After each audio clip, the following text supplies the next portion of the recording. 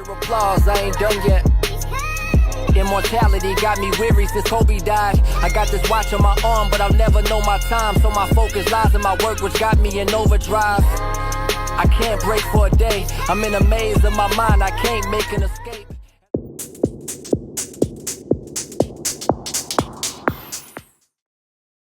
Hey man, so we back with another episode of At Decoding Two Sides of the System. Y'all, I'm hyped for this episode. Y'all just don't even understand. Yesterday, man, I meditated, fell asleep. I thought this one was going to fall through. And bro, I was sick. Y'all, I'm so pumped up because just on the journey of decoding two sides of the system, y'all been seeing the growth. We now at 43,000 subscribers. I'm so blessed.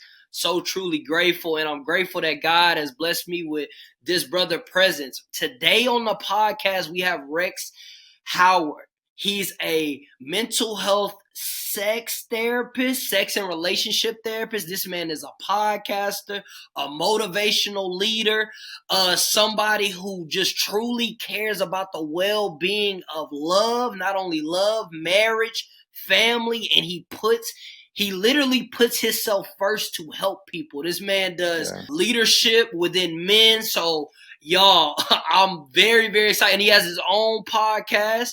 What's the name of the podcast? I'm sorry, I'm zoning out. No, you're good. Let's Talk Like Men podcast. Let's Talk Like Men. So I introduce you. I want you to introduce yourself to the Be Different family and let them know who you are, where to find you, and all that before we get into it, man. Man, actually, first of all, let me say, man, I love the energy. I really appreciate you for having me on your platform. You've really done a great job for yourself. I've checked out a couple of your videos, and I'm happy to start this conversation. But for your viewers, I'm Rex Howard Jr., relationship and sex therapist. I'm from Knoxville, Tennessee, but I currently reside in Houston, Texas.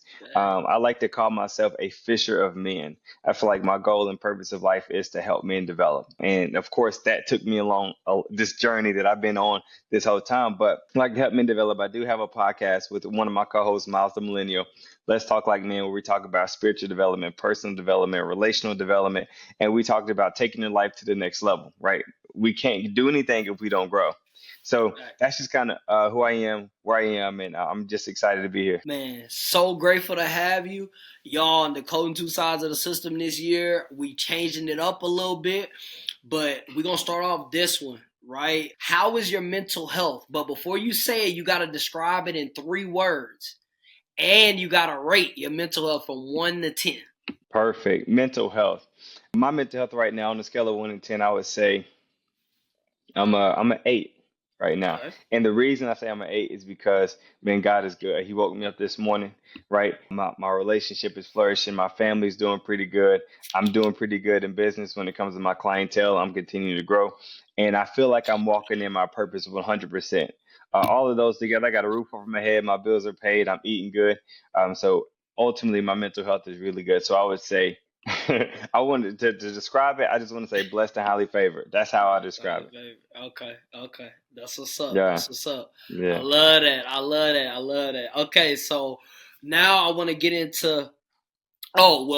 Let everybody be asking me too. Like, you don't never say your mental health. So, y'all, I got to rate my mental health right now. I got to say a 7. The reason why I was a 7, because I hold myself so accountable. Yesterday, I messed up yesterday, but full accountability. I feel like 2, that mess up yesterday was a little slippage in me not being focused, because I kind of celebrated when I hit 40K, because that was a big milestone for me. But me getting back on the road to being disciplined, it's kind of like it's been a little shaky, but hey, I'm a fight. You already know what it is. And to describe mine in 3 words, I would say my mental health is like lovely. For 1, very focus based.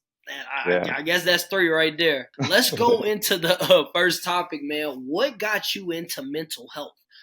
Like, what was your passion that led you down the road of mental health? Man, it's a journey, right? So it's going to take us back. First of all, let's go back to childhood, right? So I grew up in a household. I'm one of 7, right? I'm the middle child. My mom had her first kid at 13. My dad was 15 at the time. They had 5 kids before the age of 20. So they didn't really have the best relationship with their parents. So they were kids raising kids, just trying to teach us what they were never taught, right? So in the midst of doing that, there are going to be a lot of bumps and scrapes in the road. But we also grew up in this environment in Knoxville, Tennessee called Lonsdale. But everybody kind of lived the same, kind of like a impoverished community, a lot of violence and everything that's going on. But it was a norm.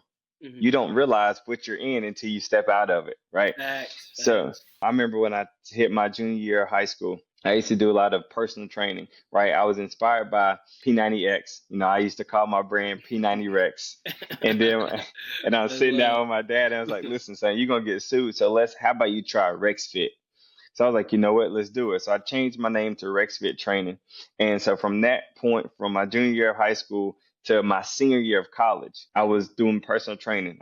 My goal was to help people become the best versions of themselves, right? Mentally and physically. And that's what I felt like my calling was going to be until 2020 came around, COVID hit, shut the world down, right? Now, you take this person that's used to being out in the parties. I'm used to being out in the student center. I'm used to being around my people. Now I got to sit by myself. So all the thoughts that I used to numb by being around people, I now had to sit in them. And that's when things started getting uncomfortable for me. In an area that was kind of really big for me, I grew up with a very promiscuous background. My father was promiscuous, and I stepped into that phase. My grandfather was promiscuous. So during that time, it was me facing me, trying to deal with who I was. Right. So I did a lot of writing and did a lot of journaling. That was surface level, right? Surface level. The idea that I wanted to go to college, to get my master's, I wanted to become a sex therapist. So I sat down with the sex therapist, and she told me, well, Mr. Howard, sex therapy certification is not a license. So you can't even do that unless you go get a license first. But I didn't really have an interest in anything else. But then God had other plans. So 2020 August 21st, I left Chattanooga, Tennessee. I drove home to Knoxville, Tennessee. I went straight to a friend's house to celebrate her party. Leaving that party, I'm sitting in my car, and then I get robbed at gunpoint, right? Get everything taken from me. So I'm sitting in the car. A guy opens up my door, gun out. It's another car that pulls up that blocks me in. He gets in. I slide over. Now, mind you, I'm a concealed carrier, but I had a pistol in my jogging pants. Right. And when I went to go reach, he put his gun to my stomach and was like, stop reaching. He looked at me. He said, I got one question. I'm only going to ask it once. Where the money at? And I said, listen, you can take my keys. You can take my wallet. Just don't take my life. Ain't no money in the car. Right. So he noticed I had some in the pants. He said, take the pants off and get out. Took the pants off, got out the car. He drove off with the car. I had my suitcases. I had my other pistol. I had my MacBook. Everything that I owned was in my vehicle, right? Fast forward next day. I'm on the golf course with my dad, just trying to get my mind right. And I get a phone call saying that my car's been located, right? I go to the location. They find my car. They find the guys. They put the guys in the back of the cruiser. One of the guys that tried to rob me, he took off running, but they sent the dogs out to go get him. Now, from that moment, they went inside their apartment complex, and I got everything back except for my license and my carry permit. And the mental piece that I didn't get back was my peace of mind. So leaving from that moment, I was paranoid. I didn't feel safe in my own skin. I didn't feel safe around my own people. I was having night terrors. And I would say my mental health was at its worst it's ever been in my whole life, right? And I knew I had to do something different. Right. So I wasn't necessarily ready to go to therapy, because one thing that you hear in the Black community, especially in my household, was don't ever put them white folks in your business. You know what I'm saying? Exact words. Exact words. That's every family. Yeah. Keep everything in-house, but nobody knew how to help me get through it, right?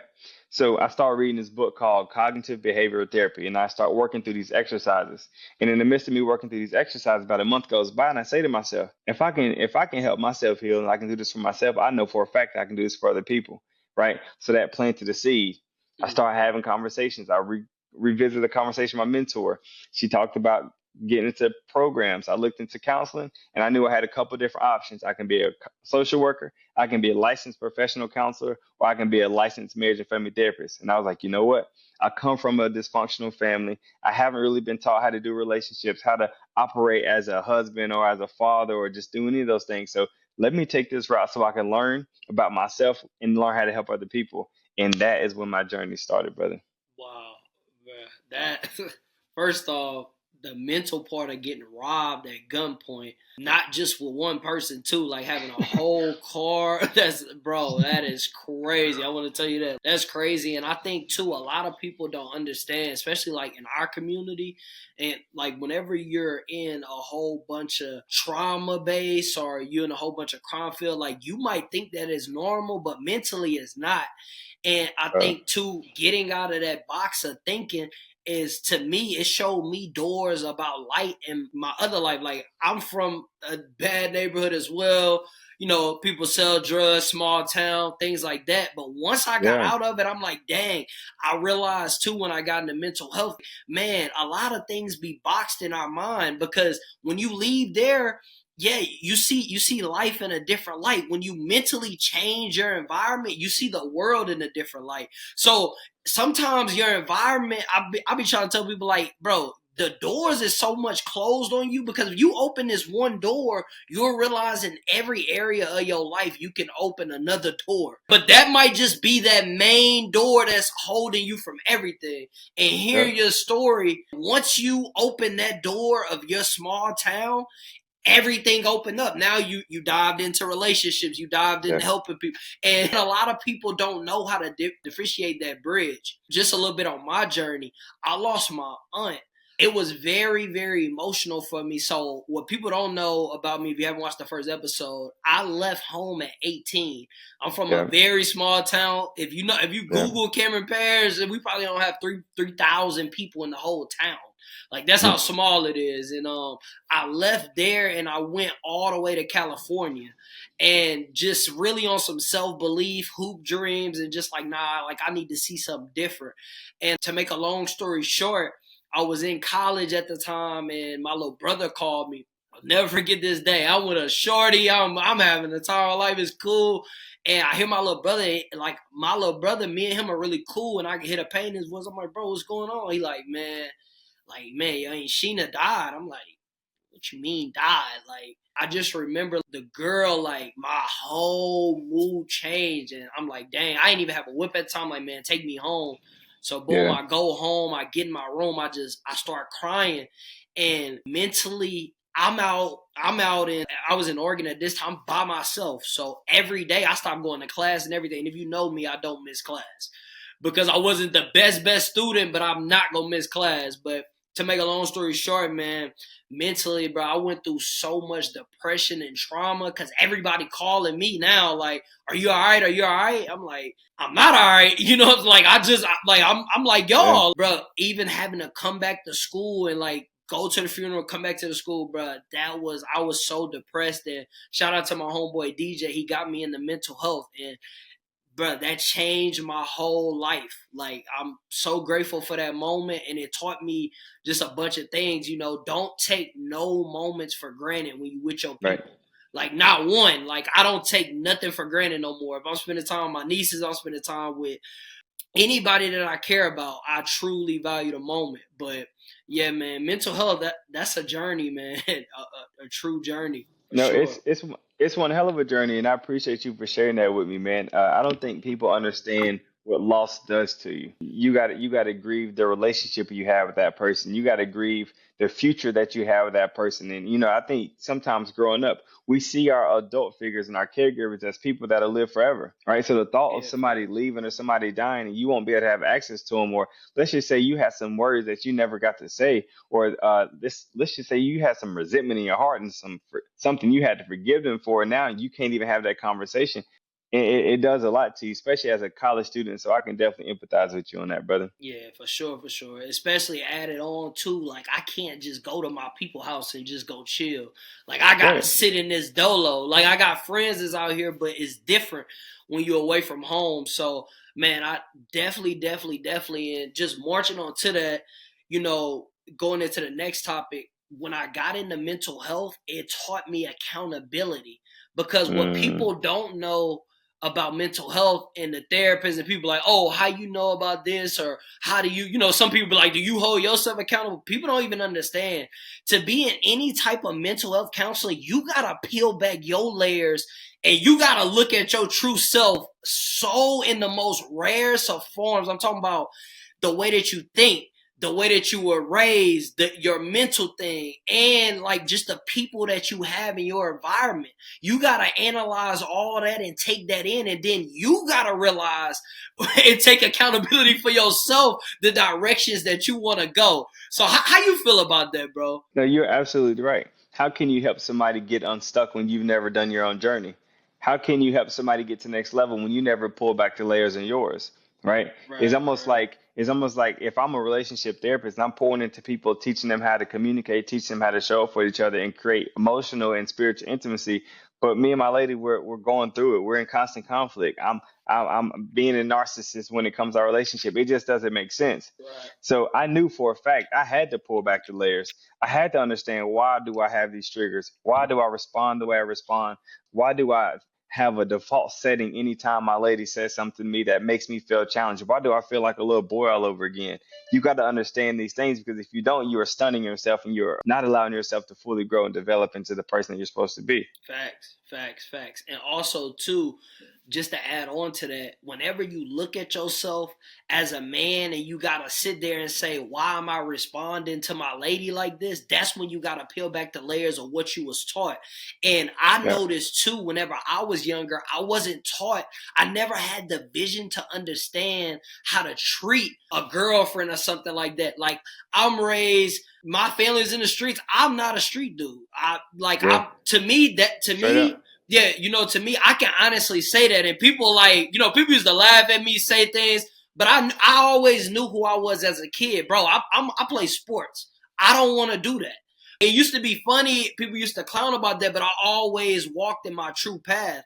But what the people that was around me taught me about relationships was, you need 1 to 2, you need 3 to 4, you need, like, Trey, you hoop. Like, you need to do this, you need to do that.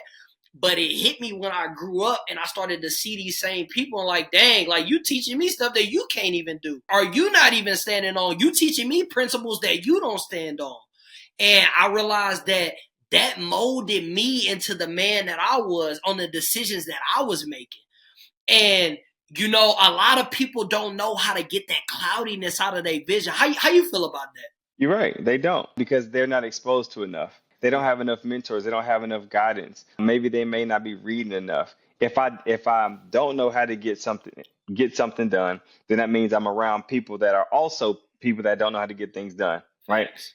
My life changed when God blessed me with mentors and people that became father figures and mother figures at my schools, right? Mm. So I became cool with the Officer Sapp, and Coach Juan and Coach Stone. These became my guys, and they used to pour into me from an older perspective, like they was in their 40s and their 50s, saying, Rex, this is where I failed when I was your age. This is when I got lost in the sauce when it came to women. This is when I was angry with my dad, and because I didn't control it, now that same relationship I have with my son. So I'm around these people and I'm thinking to myself, if they are telling me their mistakes at this age, then it's time for me to start working on it now so I can prevent that. So that's why even in the work that I do, I love working with men and I love talking about emotional intelligence. And people ask me that. I want to give you a quick breakdown for your listeners. Mm. So emotional intelligence breaks down into 5 sections. Self-awareness. This is becoming aware of what's going on in you and what's going on around you. What are you feeling, right? Self-regulation. When you find yourself feeling a certain way, can you regulate yourself? Can you have the proper coping mechanisms to calm yourself down? Motivation is broken down into 2 parts. Internal motivation, which is I'm doing something because God put it in my heart, or I want to become the best version of myself. Or you have external motivation, which is I'm doing this for a reward. So if a husband, he wants his wife to come home feeling good and being in the mood, he gonna clean the crib up, right? He gonna wash some dishes, right? There's an external reward. Yeah. You have empathy, which is your ability to put yourself in other people's shoes and see things from their perspective. And lastly, you have social skills, which is being able to put it all together and be able to act and respond accordingly in the proper settings. And then without that, we don't know too much as a man. You can get older in age, but that don't mean you're gonna be older in maturity. Yeah, bro. First off, that was a bar.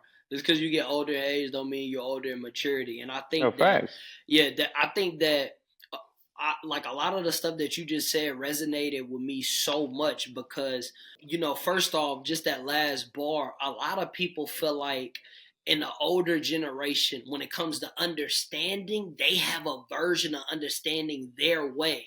And Yeah. I understand that and I respect it, but you got to be open to respect, a different understanding or being able to elevate your own understanding. That's the only Yep. way peace and understanding go. I find that the reason why a bunch of parents don't know how to parent the kid, because you're trying to do stuff one way and you haven't evolved your parenting system. The way that Yep. you were parented is not going to work in today's time. Facts. Everything has evolved. For instance, like I didn't realize until I got into mental health, like, dang, like, man, I was being raised this way. Wow, that impacted me in this area. And I didn't Yep. even have to be raised that way. And it's not that my mom was a bad mom. She just didn't know. That's how Yep. she was. But whenever I become a parent, I understand the valleyways of where I need to emotionally and just spiritually be better in. And that's the bridge that people are trying to find out. Second point, when you said, oh, I had different mentors. Mine was very different. I'm from a small town, but I used to play on this Mm. AAU basketball team that exposed me to go play in LA, go play in New York, go play in Philadelphia. And I started Wow. meeting people that own homes. I started meeting people that own properties. I started meeting dudes that's my older cousin's age. And man, they got lambs. I'm like, hold on. And the information that I was told, that I was being told for the people that I looked up to, that was the first time I ever put I call it glasses. When you put on a certain version of glasses and you got to see exactly what you need to do and you start seeing the truth, not only in yourself, but in the people that you love, it's like, dang, I love this person. I never thought I would see him in this version, but he's actually not a good person, a mentor to take advice from, because he Right. don't have and he's not living the life that I want. But this person that I don't know, that's driving this lamb, that you own these, like, how are you doing this? And I think that mentally, it changed my mental and it made me bridge off from everything that I knew. You know what I'm saying? Because it's like, well, if they doing that and I'm around the wrong crowd. Yeah. So I definitely feel you on that for sure. That's good. So two things I want to say that just came to mind. Exposure leads to expansion, and sight breeds desire. When you see everything in your small hometown for what it is, you see the people, you see the relationships, you see the cars, you see their way of living, you see the houses, you see how they spend money. You're like, okay, cool. That's not too bad. Like for me, the neighborhood I grew up in, I used to have hood dreams, right? I wanted a box Chevy sitting on 30s, Right, right? right, yeah. With the Krispy Kreme wrap on it. Like that's what I wanted until I stepped outside the community and I saw people driving a different kind of life. I saw people start owning boats and jet skis and having beach houses and lake houses. I'm like, wait, they got more than one house? Wait, Right. you mean to tell me they just visit that house on the weekends? Right. So when you get exposed to different things, your mind gets expanded, and that's when you realize that the world is so much bigger than your hometown. Think about even God. They even said in the Bible, Jesus couldn't perform miracles in his hometown because they wouldn't believe him. Right. So you gotta move. You gotta move. Right. Sometimes it takes you to go somewhere else to be exposed to different things, to realize that other things is possible. There's a different lifestyle out there that you have access to, but you won't never know that if you stay stuck in where you are. I totally agree. And some people don't even understand whenever you say move. Sometimes I think it's a mentality. Yeah. If you move your mind to a different place, it'll open up and expand you to different things, expand you to know different things. Just like you said, when you found out people was owning beach houses. When I found out, I went to school with somebody and they own 30 properties. I'm like, Yeah. 30? Like, you own 30? This brings me into my next topic with breaking the ceiling of where you from mentally. Not only mentally, emotionally. Not only emotionally, but spiritually. Because some of the things that you might think that is cool, you probably can't say in the town you in because people gonna clown you. This is what we come from. Whether it's your family, your blood, your friends, it doesn't matter. If you speak outside of this line, what are you talking about? And what I realized is I would be going for 7 months playing basketball. I come back. I'm like, wow, I just experienced this. We flying on planes, going play, and then I come back home and it's like, we having different conversations. And then I started noticing that people don't see themselves outside of what other people deem to them as. So for instance, you might have a parent that say, oh, baby, just go get your job, baby, you doing good. And that, don't get me wrong, for everybody that's doing that, that is phenomenal. But that person's vision is boxed in because they never went nowhere. They think that's successful if you have that job. But mentally, I was learning, nah, you could work for yourself. So I started realizing that the place that I used to call home didn't feel like home. And it mentally started to break me because I realized that I was elevating and growing at a rate that wasn't sustainable to the people that I was around. And not to talk about my homeboys, I love them. They already know how I am. I tell you how it is what it is. But I learned that, hey, we on different things. You can't judge them off of the things that you learn because they haven't experienced that. They're going to always have their understanding of what their life is. So how you feel about that, bro? Hey, it's your boy King Trey here with Ed Decoding, Two Sides of the System. I've been telling y'all that I got a big announcement. Well, it's here. I've now partnered with my first deal with the Clap app. And listen, all you gotta do is use my link. Boom, it's gonna be here, it's gonna be here, it's gonna be here, all down here. Listen, click the link. If you got any videos that you want to make reels out of, if you got any podcasts, gym content that you talking or anything, and you don't know how to make your own reels or your content creation, all you got to do is use my link, plug in your URL to your content, and it will make your reels for you. Listen, this is an opportunity for you to take whatever content you got to the next level. And with Clap, that's what we doing. We taking it to the next level. So I want to thank everybody that's been supporting me from day one, to all the people, all my new subscribers. Like I say, y'all not subscribers, y'all family members. The Be Different family is growing fast. And with the growth, we're now accomplishing new things. So I want to thank y'all for supporting me, growing with me. And listen, y'all make sure y'all tap in. I'm talking about, listen, I'm clapping. Hey, it's there. Use the link and let me know what, you know what? Forget all that. I want to see who got the best content. Use my link, tag me in the content, and I'm going to throw you on the pod. That's what we doing. I'm going to shout you out to all the family. Whoever got the best content, that make the best content using the Clap app, is going on the pod, man. So y'all already know the motto, be different. You're absolutely right. You're absolutely right. If like this, the only thing that's coming to mind right now is these books, right? I have a book in my hand. Mm-hmm. One thing they say about books is if you want a black man, or if you want to keep information away from a black person, just put it in a book, because they're not gonna. Yeah, because they're not gonna read it. Yeah, I know that, boy. Yeah, for sure. They're not going to read it. So once again, once you start expanding your emotional vocabulary, once you start expanding your knowledge in the things that you place your eyes on, you realize that, man, not only it's not like a potential issue. The people that you're around, they do have the potential. They just don't have the capacity. They don't have the intellect, the knowledge for it. It really puts you in a tricky position, because as you grow and as you develop, you feel like you're detaching from them.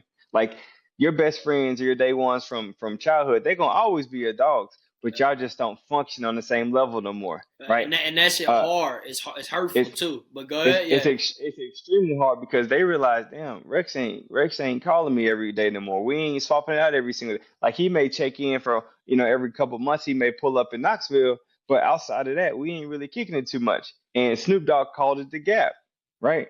Every year we grow, but if one person is growing, reading, developing, exposed, and then the other person is staying in the same hometown, staying in the same neighborhood, working at the same job, not expanding, there's this gap. And if it's too much space, then that relationship is diminished. Right. And as much as you love that person, you want to be around that person, you want to continue checking with that person, but you realize every time I talk to this person, they always talking about what's going on in the city. They always talk about what they can't do or what they don't have. They don't never talk about the potential. They don't ever talk about what they're working on. And it's a different ball game. Facts.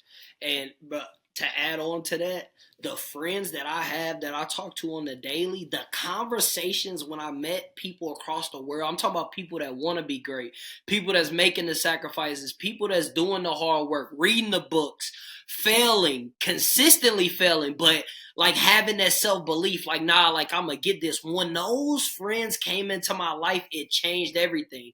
Because the conversations that I was having back home, I realized it didn't matter.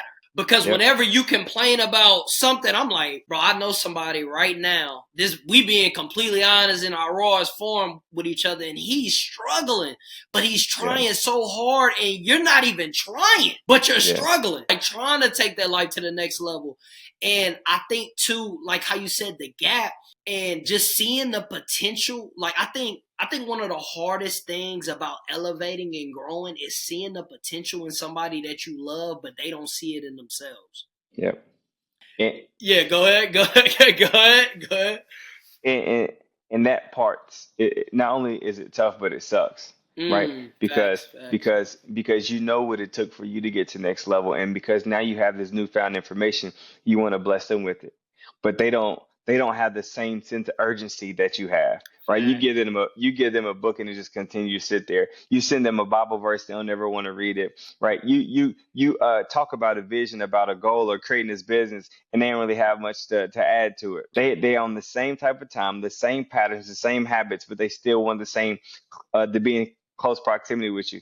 But it just doesn't work like that, brother. It sure don't. And just like you said, I find it crazy too, bro. Now that you're saying this, it's crazy how you can send somebody something, and even if they read it like, oh, bro, that was dope, but they don't, like, I'm learning that some information is sent, some information is read, but not a lot of information is received.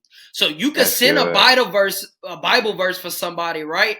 And that Bible verse might be talking spiritually to help them elevate them on a journey. They might read it, but if you can't interpret information and plug it into your life, it has no substance. The substance Yep. is kind of just, it's kind of like a slow burn, like, oh, I feel it. Like, oh, I'm a little bit motivated, but you're not truly inspired.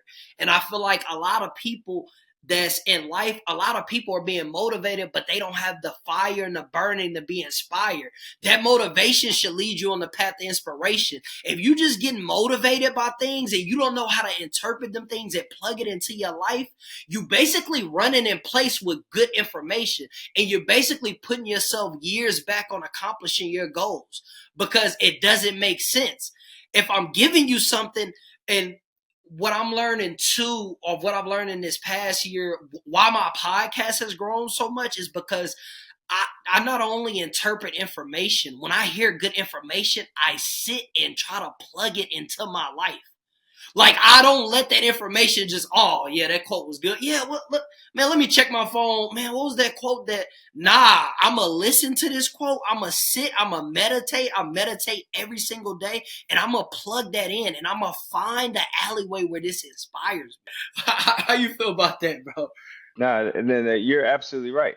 And the two words that come to my mind is comprehension versus application. You know, a lot of people comprehend the information, but if you don't apply it, it don't. You just an information junkie, Facts, right? facts, Yeah, facts. you're just an information junkie. So I always tell people, what are you going to do about it? Like, what are you going to do with the information that's given you?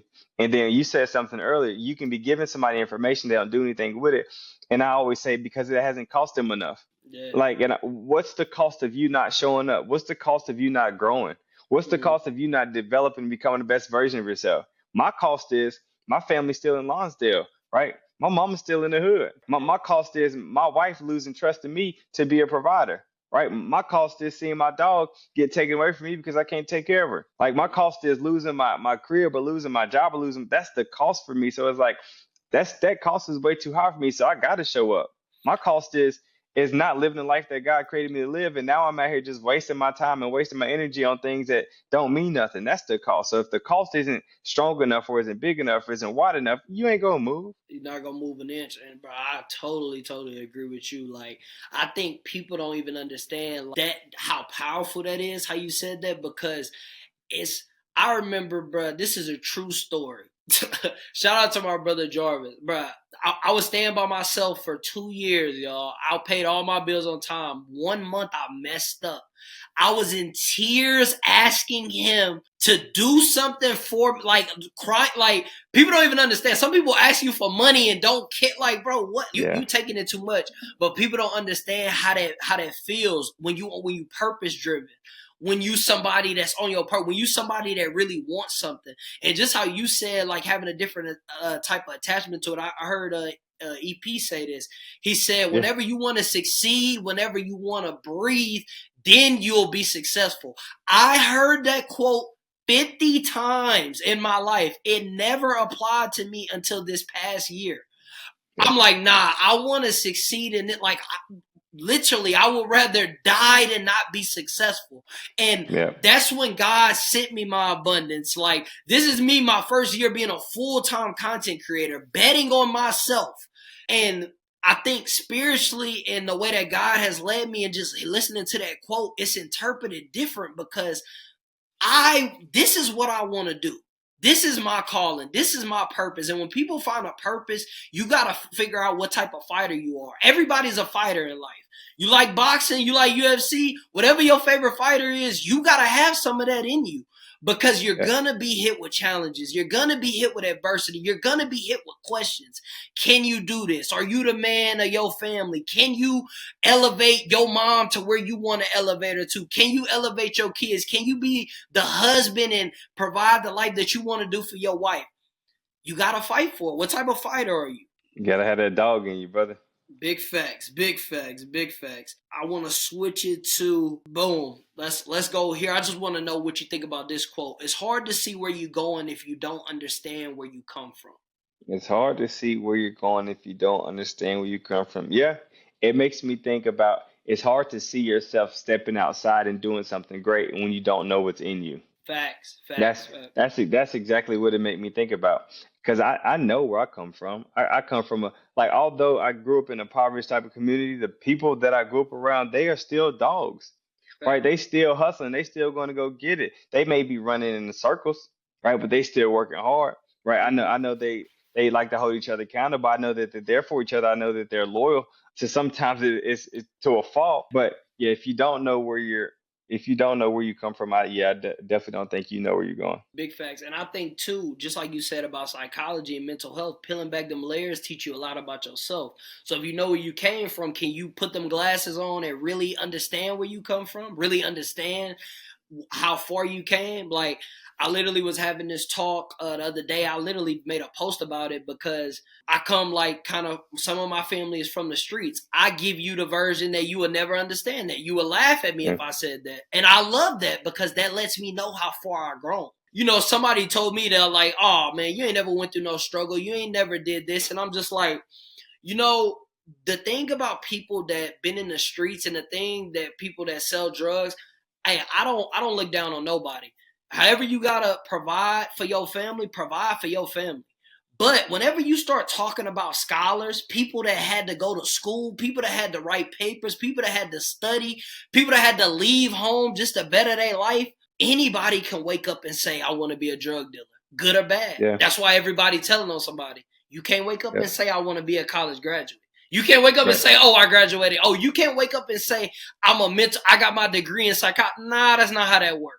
You actually got to go do the work. So, you know, it's a lot of things that when people don't know where they come from, it's like I understand where I come from, but I don't ever want to go back. I don't ever want to be a part of that. And if I'm looked at as crazy or lame, I don't care because that's not where I want to be. I don't want to be accepted by that version of people. I want to be accepted by the people that love me and want to see me do better. Because if you really love me and you're a friend, you would never say that. You would acknowledge the hard work that's been there. But a lot of people like to put themselves in your shoes and say, oh, you had it easy because you have this without understanding the work. Yeah, no, that's a fact. And only thing I'll add to that is this. Me personally, do I ever want to move back home? No. Do I ever want to just be in that environment for too long? No. But my focus, my game, and my goal is to be able to create systems and processes, to be able to create funnels, to be able to create programs for people to heal. more specifically for our black men to heal. And once those are created, once those are developed, yes, then I wanted to go back and pour into the community. If you want to be great, these are your resources. I'll have free options for people. I have paid options for people, but the majority of the time is if you want to develop and you want to get unstuck, if you want to heal, you have access to it, and that's gonna be my ultimate goal. So that'll be the only thing that'll push me to go back home. Big facts. Big facts. Me personally, no. But I respect that. I got to do it from a distance. But nah. I love that. I love that, bro. Next topic, man. Oh, okay, yeah. So let's talk about healing from your past trauma before you move on. You're a therapist as well. I want you to talk about that topic and give people game on my listeners of that, because a lot of my listeners are going through past trauma and they don't Right. know the steps or the boundaries of moving on. So Absolutely. Well, this is a very timely conversation because there's a lot of things happening in the world. What people tend to do that go through trauma, they keep it a secret, right?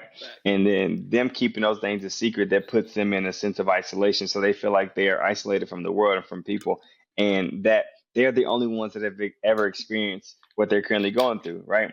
The very first thing I want to say is just know that the process of working through trauma is going to be uncomfortable. It's not going to be easy. It's going to be scary. Your body and your brain is going to say, do everything to not talk about it, do everything to not be re-triggered.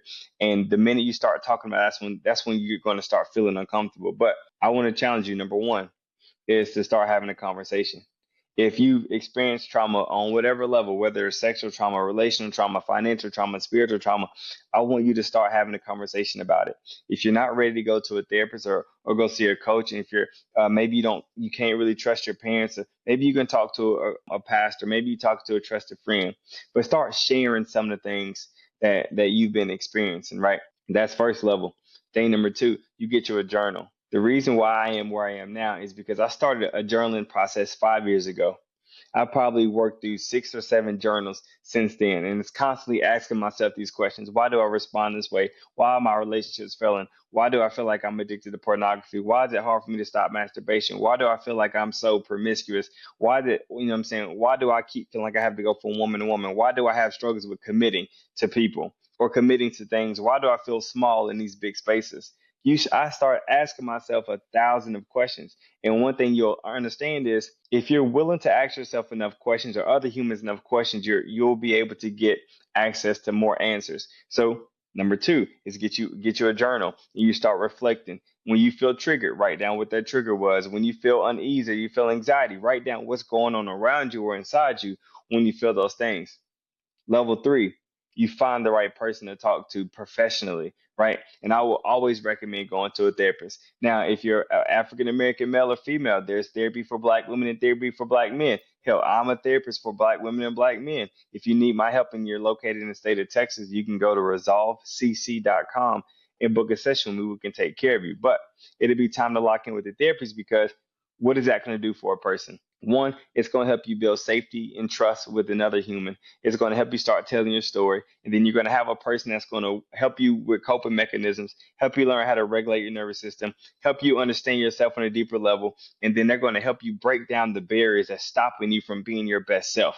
So that's number three. Number four, and this can come before number three if you wanted to, is you get into some type of community. Maybe it's a community at church. Maybe it's a men's group or a female group or whatever you want to do. Get into some type of community because studies show that it's not a person's why that keeps them going and makes them do the work. It's that person's ability to be in a group or community with like-minded individuals talking through the same thing, sharing goals, sharing struggles, sharing other aspects of their life that they're really willing and ready to work through. So getting in community and having somebody hold you accountable, having somebody to lean on, having somebody to carry that weight for you when you don't feel strong enough to carry it for yourself. Those are going to be my 4 things that people can do when it comes to working through trauma. Lovely stated. Listeners, definitely. I was getting comments on the A. Make sure y'all tap in. And another thing too, I would like to add about trauma. Trauma is purpose driven. if you dive into your trauma, you're going to find your purpose, because you got to Yep. find the purpose within yourself to overcome that trauma. Once you open that Yep. door, you'll open the door into your purpose driven and where you want to go. You'll see the light on many different things once you tap into your trauma. That's why I say trauma is purpose given, for sure. Yeah, it is. And listen, once you tap into your trauma, you start seeing who you're really created to be, right? You stop seeing yourself as that little abused or traumatized little boy. You start seeing yourself as a grown man. You stop seeing yourself as a person that's scared to make money or scared to ask for money or scared to put yourself in a position to make more money because you don't feel like you deserve it. You stop being scared to show up in relationships or scared of marriage because you've seen so many dysfunctional relationships happen in your past. You stop being scared of it. So once you look at that trauma, you acknowledge the trauma, you accept the trauma, you forgive yourself, and you forgive the person you had to be, and then you grieve it, man, when I tell you, your life will absolutely change when you stop being a victim and understand that you're a victor. Big facts. Big fact. And this leads straight into the next topic. Guys, women out there, kids, whoever watching this, you're supposed to change. A lot of people is one, either afraid of change, two, either judged by change, or three, just don't want to admit that they changed. Listen, with growth comes change. If you are somebody that's indulging yourself into different books, if you somebody that's indulging yourself in different groups, like Rex is talking about, if you're somebody that's taking those leaps of faith, you're gonna change, and that's okay. Even if you have friends that might not be on the same pathways, but you have to accept that you've changed, and that change is a good thing. Listen, you're not supposed to be the same person you was at 19, at 39. At 19, at 24, you're supposed to experience things and learn what you like. Your taste buds change every 2 to 4 years. What do you think you do? Every year. How you feel about that, man? Maybe absolutely. There's a quote that says, "The only thing that remains constant in this world is change. Those who adapt persevere, and those who don't merely fade away." So you are absolutely right. If you don't change, you remain the same. And as the world changes, as the climate changes, as a relationship changes, as you change in different seasons of your relationship, if you don't change, then you're remaining stagnant, you're remaining complacent, and you're going to get left behind every single time. Facts. So that's a big message I wanted to give to all my subscribers. Like, don't let nobody tell you, when you start interpreting these type of podcasts and you start interpreting growth, and you feel like you've elevated out of your situation, and you feel like you elevating from your friends. Yes, is it gonna be lonely? Yes. Is change lonely? Yes. When you're involved in your change, you're gonna be lonely. So you can't want change and do the work for change, and then when the moment's there, you don't want to open the door because you're leaving everybody else behind. You got to Yep. acknowledge that you've grown from this pool. You don't have to stop talking to these people, but you got to respect the fact that you've done the work. Accept the fact that you've done the work and change. Yeah, yeah. And you got to do that. And you got, like you said, you got to grieve who you were. You got to grieve the relationships that you had when you were who you were. And then you also have to grieve the person you had to be, right? The Right. reason why you remain stuck, and be okay with change, because change is going to help you get to the next level on all levels. Big facts. Next topic, man. We talked a lot about purpose in this podcast. I want to let y'all know the importance of having a purpose for yourself leads you in the right direction, but it also holds you the most accountable. So, yes, being purpose driven, every man would be like, "Oh, I'm purpose driven," or everybody wants to find their purpose. Within that purpose, there's a wall of accountability that has to come within that purpose. Because Yep. once you find your purpose, you got to understand your road and where you and what direction you have to go. You also have to understand your accountability on the things that you need to change in order to fulfill your purpose. So, for instance, me, I'll throw myself out there. I was always purpose driven, but I wasn't Yeah. accountability receiving. Because in order for me to get my purpose, I learned, oh, Trey, it's gonna come with more sacrifice. Oh, Trey, is gonna come with more hours by yourself. Oh, Trey, is gonna come with more time away from your family. Oh, this Yep. is lonely. I don't have no friend. Yep. I can't hang with my friend. Once I did that, y'all see the numbers. Like, go back to my last pod. Go look at the number of days. Go look at how fast it's growing. That's me being on my purpose. But I'll tell y'all, behind the scenes, the accountability has been even more painful, even more, because listen, with great power, they said it in Batman. I love this movie. It said, hey, with great power comes great responsibility. Yeah. To whom much is given, much is expected. Big facts. Big facts. How you feel, man? Talk to No, about that for sure. you talk about purpose. Like it brings me this Bible verse I share with my guys in the group. It comes from Ephesians 2 verses 10. It says, "For we are God's handiwork, created in Christ Jesus to do good works, which God prepared in advance for us to do." That's purpose. You were created specifically to do the thing that God put in your heart to do. And if you're out here lollygagging, you being complacent, you being stagnant, you think that you need to compare yourself to somebody else and do exactly what they're doing, but God didn't create you like that. You were, like I tell people all the time, you are one of one. There is nobody else like you, right? So I do believe that your purpose has to be developed. It has to be crafted. It's going to take to have different conversations. It's going to take to be in different environments. It's going to take for you to look within yourself and say, listen, let's do the work. And if you're not willing to do the work, or you want to make excuses, like this quote that says, "Excuses are tools of the incompetent, use of monuments to nothing, and those use them seldom accomplish anything." People that don't operate in their purpose seldom accomplish anything. So I feel like it's important for you to identify your purpose. And as a man, especially as a black man, because I pour into black men, if you don't know your purpose, you will never be able to choose the right woman to be in your life. Right? If you don't know your purpose, you will never be satisfied in a relationship. If you don't know your purpose, you're going to find yourself addicted to masturbation, find yourself addicted to porn, or find yourself addicted to taking pills, simply because you're looking for something external to make you feel something internally. But you already have something internally that's going to make you have everything you need externally when you tap into it. So that's how I feel about that, brother. Facts. And just to add on that, you will be addicted to complacency. You will Yeah. be addicted to procrastination. And those two things, procrastination and complacency, will have you look up, you 40 pounds overweight. You haven't made the most money that you wanted to make. You don't have the car you want. You're not in the crib you want. You're still in the same place. Complacency is, man, that is a bad tool to have. Also, to procrastination, because that means you're talking about the journey, but you're not going on the journey. So I agree, man, wholeheartedly, for sure. That's good. That's real good. Okay, I want to know too. I'm pretty sure now everybody is going to watch this. Helping men. What pushed you into the field of wanting to help others? To be honest, I became what I needed. I became what I needed, man. I realized that the only reason that I'm Rex Howard Jr. today is because of the men and women that God has placed in my life that helped me, right? And it takes me back to 2017. My financial aid at school, I was a junior. My financial aid had gave out on me. I was driving a 1998 Cadillac DeVille. I had a blown head gasket. So I didn't have a car, couldn't pay for school. One of my dad's friends said, "Hey, Rex, I got a job for you in North Carolina if you're willing to take it. But if you're willing to take it, you got to take it this week." I said, "Okay, let's run it." I get down there, my first week on the job, a lady walks into the store and sits at my station and says, "Hey, do you mind if I share this spot with you?" I said, "Don't mind at all."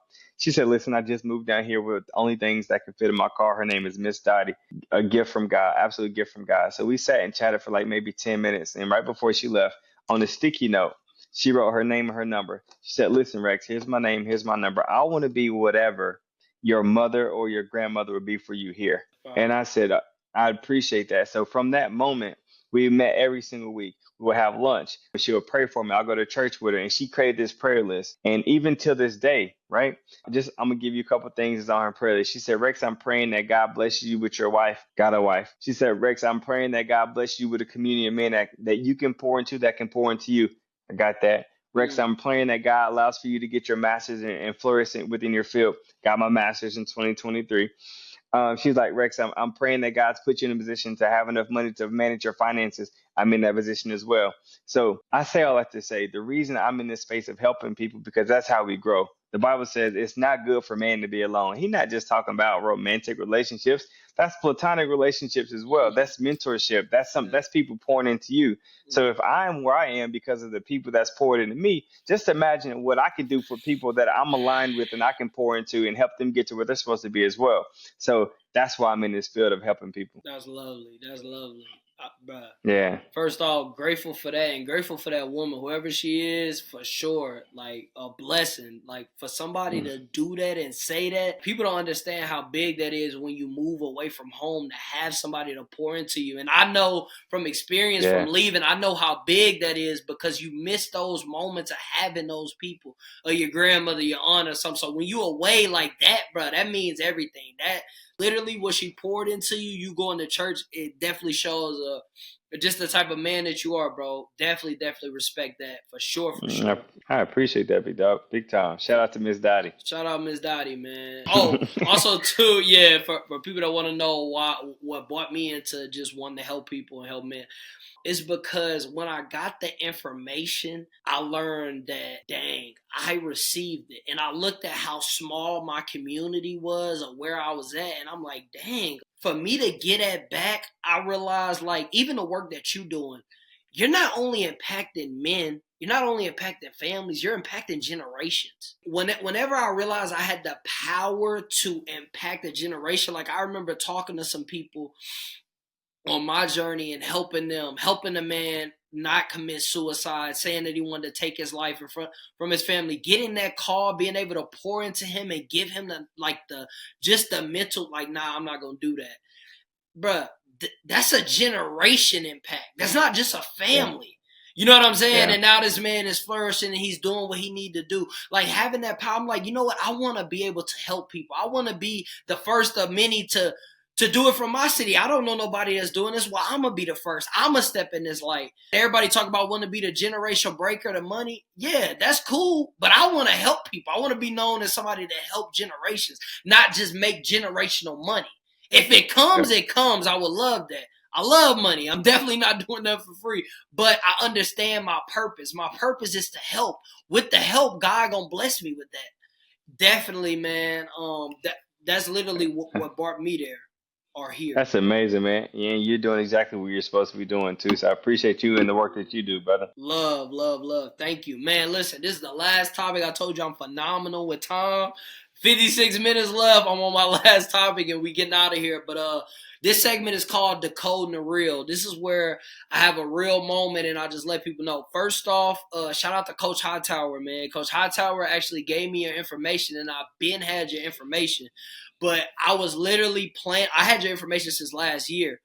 I was checking out y'all pods. I'm looking at your page. So I was already like, I already kind of knew who you was just studying. You know what I'm saying? Especially with mental health, you can kind of, gauge and see if you're going to vibe with a person just by how they are, how they character. I want to say, man, whenever he gave me your contact and I looked into your page and seen the work that you're doing, bro, you inspire me so much and you have inspired me so much. I know this is our first conversation. People might not want to believe it because the way that it flowed, but y'all, I really don't know him. I promise y'all this is no fluke because Yeah. the way that the pod went, like it's not even out yet, but I know just how it's going to be interpreted is going to be phenomenal. But man, you've been inspiring me. Where you are is where I want to be. And I love to say this type of stuff on camera because in today's time, people think it's too cool to acknowledge. They think, oh man, like you on this dude nuts or all this stuff. But listen, I give respect where respect is due. If you don't like it, I don't 100%. care.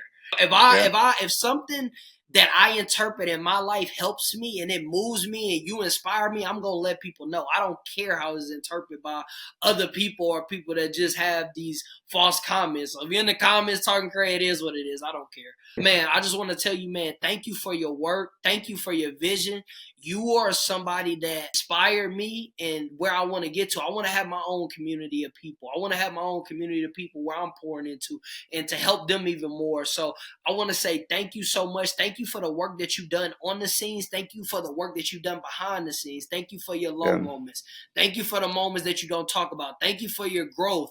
And just, also too, shout out to you. Shout out to your brother. I seen that he's getting married. I love just the love that you gave him, how you poured in, how you shot them out, how you talked about the work, bro. That type of stuff means more than me, than likes me, more than me, than views me, more than me, than money, all that, because that's true love. That's true you pouring in. So thank you for your journey, brother. I truly appreciate you. Thank you for helping me in my journey. Yeah, absolutely. Man, thank you for having me on the pod. Thank you for your platform. Thank you for taking that leap of faith when God told you to build this platform, right? And here you are, 40 was at 40,000 just a few days ago. Now you've already gone to 43,000.